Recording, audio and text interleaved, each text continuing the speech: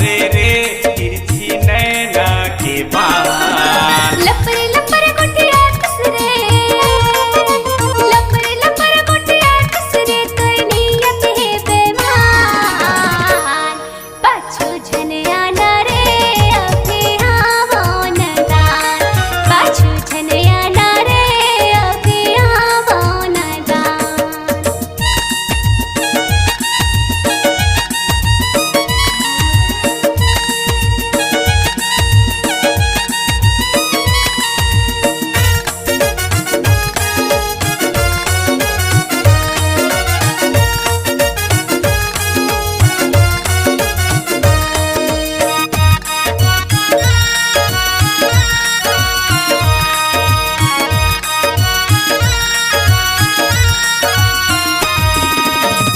आँखी के काजर तोरे खोपा के गजरा, मोला तो मार डाली चूरी तोर नखरा।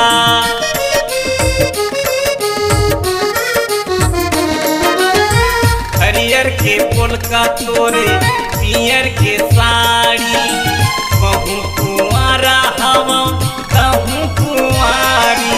बढ़िया फबही तोर मोर जोड़ी, बढ़िया फबही तोर मोर जोड़ी, सिर तो वो ईमान।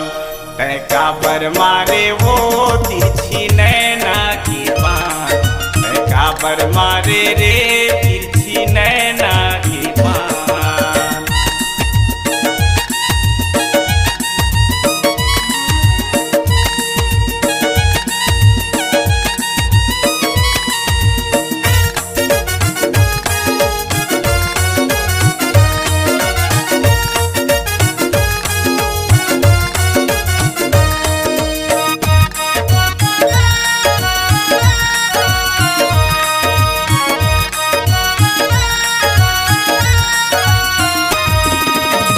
छिन छिन माटे हाथुरा पारा माता, मिठ मिठ कुटिया के मोला बनी बनाता।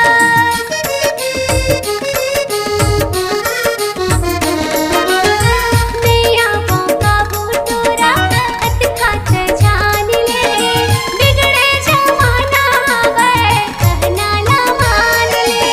मोर तेरे आवे गारे खावे, गारे खावे मार खावे, अब तो कहना मान।